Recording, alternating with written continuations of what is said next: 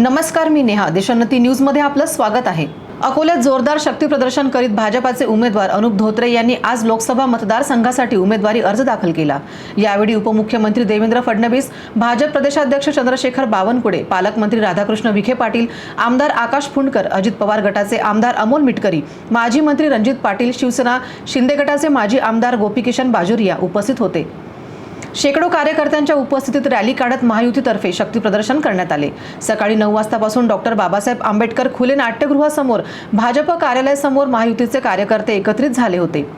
त्यानंतर दुपारी 1:30 वाजता उपमुख्यमंत्री देवेंद्र फडणवीस यांच्या उपस्थितीत जिल्हाधिकारी कार्यालयाच्या दिशेने रॅलीला सुरुवात होऊन जिल्हाधिकारी कार्यालयाच्या परिसरात सभेला सुरुवात झाली.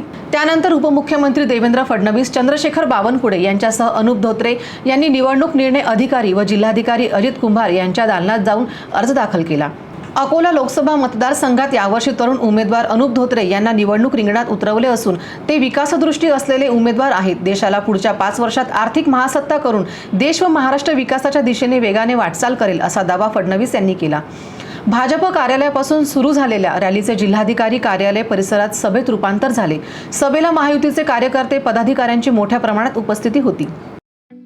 ठळक घडामोडींसाठी देशोन्नती न्यूज चॅनलला सबस्क्राईब करा आणि बेल आयकॉन प्रेस करा.